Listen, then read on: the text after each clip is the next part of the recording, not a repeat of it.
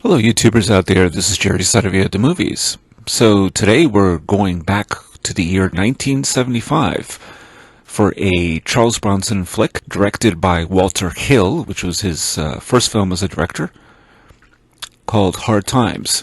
Walter Hill directed other films since then and has written quite a few, in addition to directing 48 Hours for one, The Warriors, which has become something of a cult classic, and various other films, some which I don't care for, others which I do like. Wild Bill, Last Man Standing, so on and so forth. He even did a sequel to 48 Hours, which I think is the only time he ever did a sequel.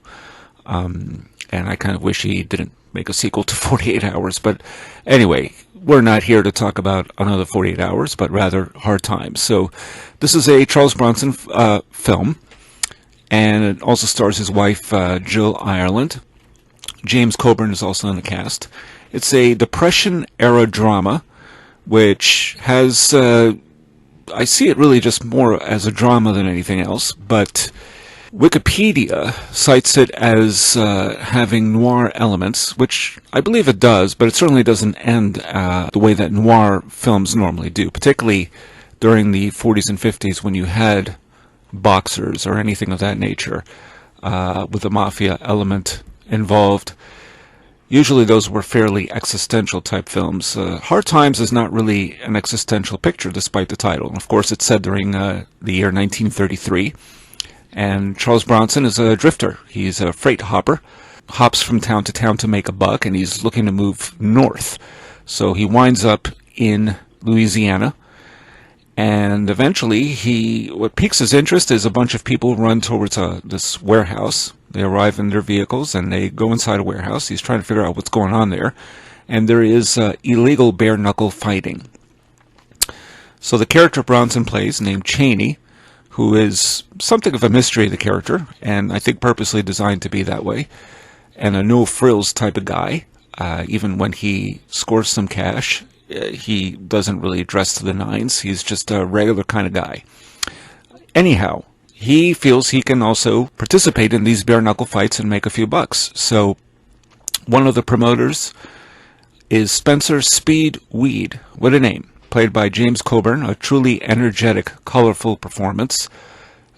James Coburn here is, unlike most other films that I've seen him in, and we'll talk about that briefly, in particular with Charles Bronson, who can play a tough guy, but it's interesting how in the 70s it was a tough guy, but reluctantly a tough guy. So we'll get to that in a moment. But he convinces Speedweed, Cheney does, that is, to promote him. And this guy, Speed, is a fairly unscrupulous opportunist who just wants enough money to gamble, though he usually loses money when he gambles.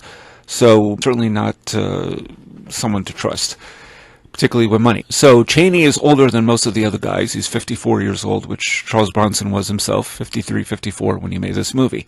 The fights take him all the way to New Orleans, where he beats a couple of opponents. One of them, memorably, is a bald, smiling, muscle-bound fighter played by Robert Tessier.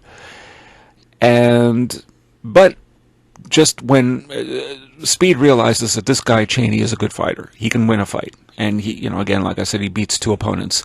But Speed himself realizes that some of these fights can't be organized as well as he had hoped, because sometimes the opponents' promoters don't want to pay up, and there's a scene where that happens. And the way that Cheney handles it is, okay, he's not going to pay, we're going to leave. And he beats this other opponent.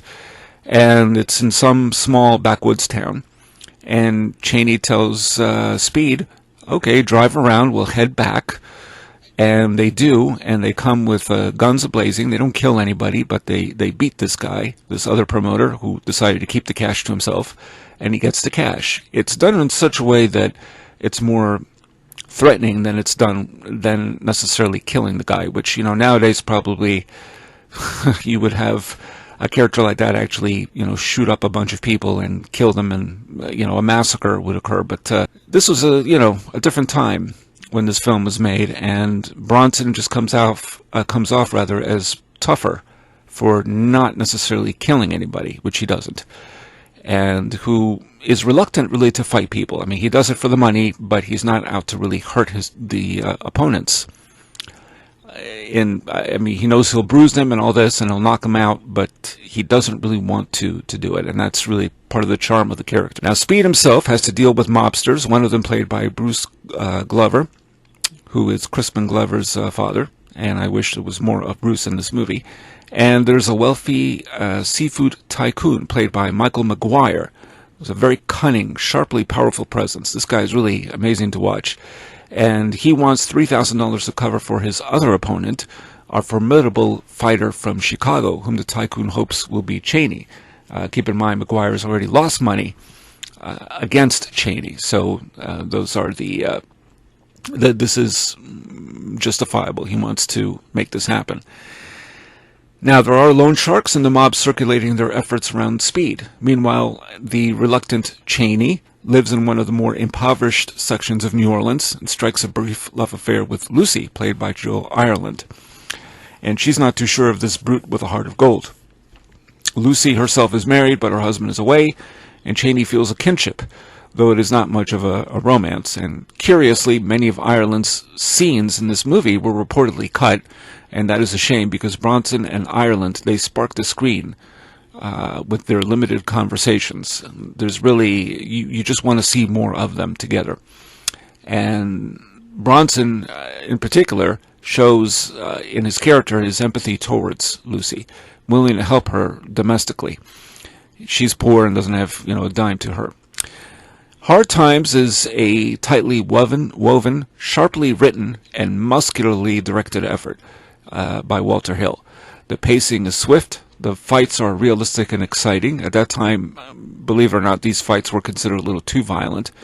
But nowadays, ever since Fight Club, I guess there's more blood than there ever was shown in this movie. And the period setting and the clothes are top of the line. And in the midst of all this, Charles Bronson is the enigmatic and disinclined hero who comes into town like some sort of savior, an angel with a certain toughness. And he actually saves Speed's butt, monetarily, for sure, because Cheney is reliable as a fighter. He can beat clearly any opponent. And Cheney just wants to move on. And there's another character in the picture named Poe, played by Strother Martin, and he's a former opium addict and medical student, the character that is, who treats Cheney's cuts and bruises. And even he is a little nonplussed by this guy Cheney, and he's a mysterious man, and he gives up most of his winnings to these two guys. I mean, he keeps some money to himself, obviously. He doesn't leave with a girl. Lucy ends up with somebody else who has a reliable job, doesn't do bare-knuckle fights for a living. And that's really what's most fascinating about this film, I think, at least in my mind, is Charles Bronson. Here's a guy who, in the 1980s, most of his movies, of which I've seen some, were not very good. Between the Death Wish sequels and the Canon Pictures, he was just this guy who was, like a vigilante type or a cop, and he would go in and do his thing and kill some people, and, there's your movie. And Charles Bronson showed so much more nuance, really, and range in the 70s and certainly in the 60s. I mean, this guy was usually a man of no words, which is true. I mean, of even fewer words than Clint Eastwood. And yet Clint Eastwood eventually, started speaking more often in some of his movies.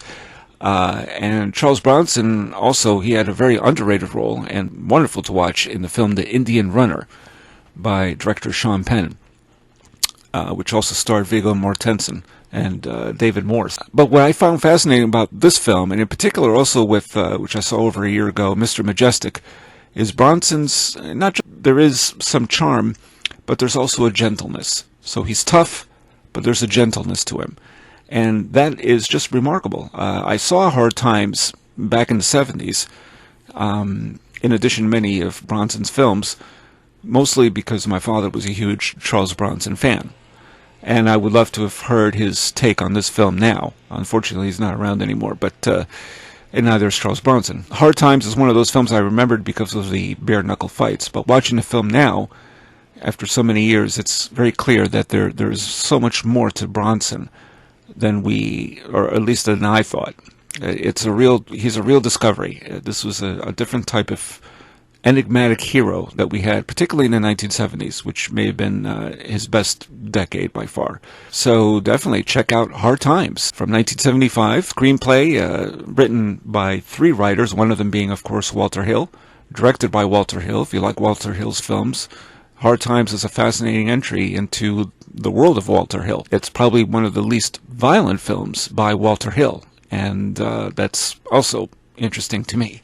So check it out. Hard Times, a Depression-era drama, definitely worth looking at. And please like and subscribe if you like what you hear. And once again, this is Jerry Saravia at the Movies, signing off.